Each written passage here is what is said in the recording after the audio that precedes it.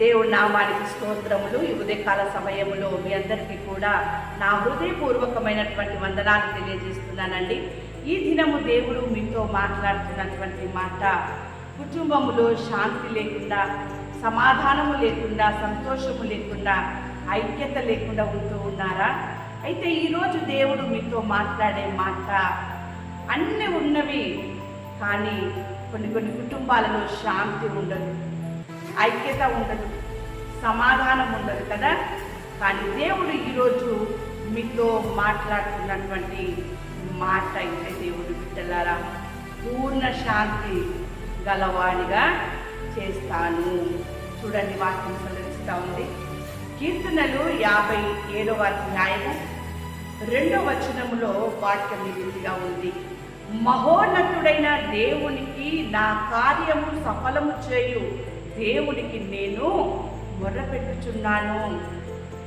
ఏ కుటుంబములోనైతే శాంతి సమాధానము లేక ఒంటరిగా బాధపడుచు మూలుగుచు మనోదుఖముతో ఉంటూ ఉన్నారో, వారు దేవునికి మొరపెడుతున్న విధానము ఈ రీతిగా ఉంది. చూడండి ఎంత చక్కనిగా ఆ యొక్క భక్తుడు మొరపెడుతున్నాడంటే, మహోన్నతుడైన దేవునికి నా కార్యము సఫలము చేయ దేవునికి నేను మొరపెట్టుచున్నాను. అది జాబ్ విషయమే కావచ్చు, చదువు విషయమే కావచ్చు, వివాహ విషయమే కావచ్చు, గర్భఫలము విషయమే కావచ్చు. దేని విషయములో శాంతిని నీవు కోల్పోయి ఉన్నావో, నీవు కోల్పోయిన శాంతి నీకు అనుగ్రహింపబడాలి అంటే నీవు దేవునికి మొరపెట్టు. నీ కార్యమును సఫలము చేసే దేవునికి నీవు మొరపెట్టు. చూడండి, వాక్యం సెలవిస్తూ ఉంది. కీర్తనలు 57వ అధ్యాయం 1వ వచనము. నన్ను కరుణింపుము దేవా, నన్ను కరుణింపుము, నేను నీ చెరను జొచ్చి ఉన్నాను. ఈ ఆపదలు తొలగిపోవు వరకు నీ రెక్కల నీడను చెరను జొచ్చి ఉన్నాను. ఎంత చక్కని మాట, ఎంత చక్కని ప్రార్థన. నీ యొక్క చెరను జొచ్చి ఉన్నాను నేను, ఈ ఆపదలు తొలగిపోవు వరకు నీ రెక్కల నీడను చెరను జొచ్చి ఉన్నాను అని చెప్పేసి ఆయన ప్రార్థన చేస్తూ ఉన్నాడు. దేవుని బిడ్డలారా, నీ ప్రార్థన కూడా ఆయన శరణు జొచ్చినదిగా ఉన్నట్లయితే, ఆయన రెక్కల నీడను ఆశ్రయించినదిగా ఉన్నట్లయితే నీ జీవితంలో దేవుడు శాంతిని అనుగ్రహింపజేస్తాడు. చూడండి, వాక్యం సెలవిస్తూ ఉంది. యెషయా గ్రంథం 26వ అధ్యాయము 3వ వచనములో, ఎవరి మనసు నీ మీద ఆనుకొనునో వానిని నీవు పూర్ణ శాంతి గలవానిగా కాపాడుదువు. ఏలయనగా అతడు నీ యందు విశ్వాసం ఉంచి ఉన్నాడు.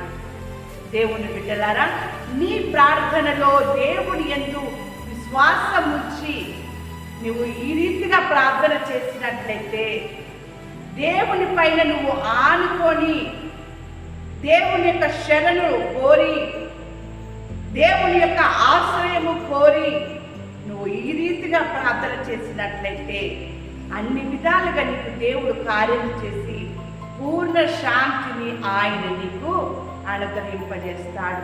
చూడండి, వాక్యం సెలవిస్తా ఉంది కదా ఇక్కడ, పచ్చిక గల చోట్లను ఆయన నన్ను పరుండజేయుచున్నాడు, శాంతికరమైన జలముల యొక్క నన్ను నడిపించుచున్నాడు. ఎంత గొప్ప శాంతిని, ఎంత గొప్ప సంతోషమును, ఎంత గొప్ప తృప్తిని ఆయన నీ జీవితంలో కలగజేస్తూ ఉన్నాడు. అందుకనే భక్తుడు మాట్లాడుతున్నటువంటి మాట చూడండి.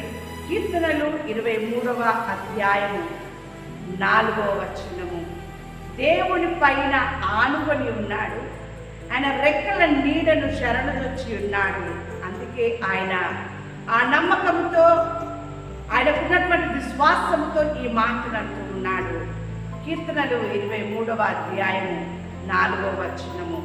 గాఢాంధకారపు లోయలో నేను సంచరించినను ఏ అపాయమునకు భయపడను, నీవు నాకు తోడయుందువు, నీ దుడ్డుకరయు నీ దండమును నన్ను ఆదరించును.